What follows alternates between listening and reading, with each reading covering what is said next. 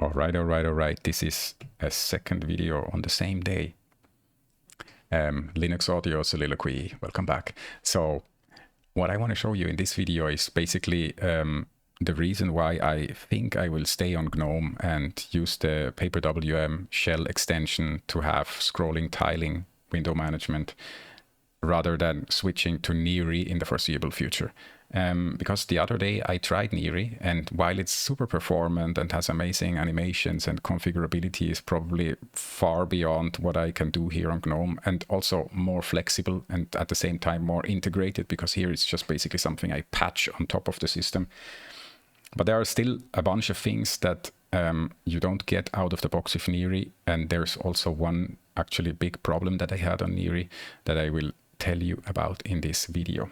Okay, so for this, I switch to my desktop, and the same as niri right now is not a standard GNOME feature, right? But if I press Super E, my file browser opens. If I press Super Enter, terminal opens. If I press Super I can stack windows, all that stuff. So this is more or less the same. It's a little bit less snappy. Sometimes it has some glitches here on GNOME, but in most of the situations, it actually works very well. So let's say this is on par with what I get with niri.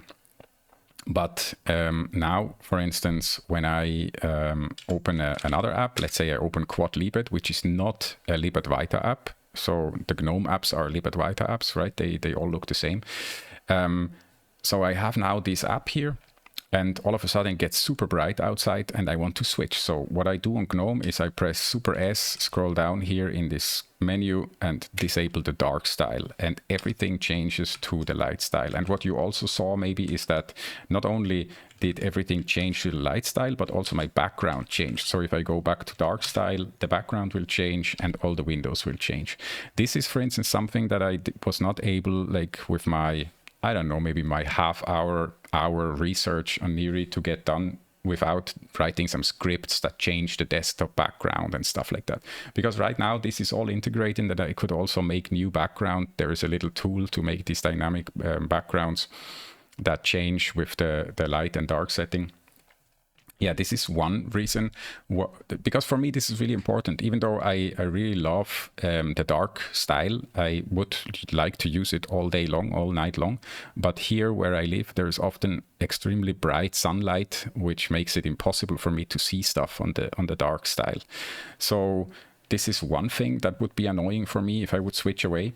And another thing is this this shell extension that I use that's called Copius. Copius is basically a clipboard manager, right? So I can spawn it with Super Shift V, and then you see a history of the stuff that I actually copied before. And I also have favorites that I can select again and can pin them and unpin them and stuff. Like here I have some special characters, the AI M- that I sometimes use in texts that I write, and the Thai bot symbol, some stuff, no, some apostrophes and pictures and everything. So all the copy history in this perfectly integrated style, visual style that is aligned with the GNOME desktop, and I don't have to tweak anything.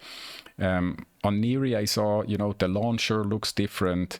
The interface to change the system settings looks different, etc., etc. So it's all, I don't want to say a patchwork, but it's much more work to get it right. And I think probably for most of the things there would be solutions, but for how I use my system and how happy I am right now with it, I think it would not be worth it for me to switch away. And then the last big thing that I only experienced once is some non-Wayland apps actually have issues with mouse position. Like, for instance, you see the mouse pointer on your screen here, but when you click, it actually activates like 20 pixel offset, for instance. And this is, of course, very annoying. It's understandable because everything is shifting around, and these non-Wayland apps, the X apps, the X11 apps, probably need to be treated different. I don't know. With the Wayland apps, it works perfectly, but with the X-Wayland apps, what is the layer that Wayland offers to actually allow you to use X11 apps on a Wayland compositor? Sometimes I had issues. So this would also be something that I would not like, of course, like especially working in Bitwig, all of a sudden the pointer is misaligned and then I have to close it and open it because the actually most of the music software is still X11, and I think it will take a little more to actually reach the point where everything is Wayland only, because now I think I don't even have a single plugin that is Wayland only. That offers Wayland versions. And as again, Bitwig is not Wayland, and a couple of other apps that I use aren't as well.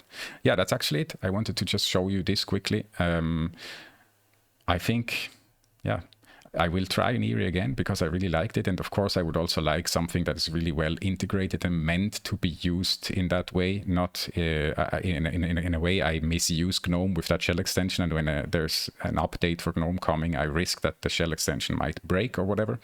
But right now it works really well. And I have configured it in a way with minimal effort that is ideal for me.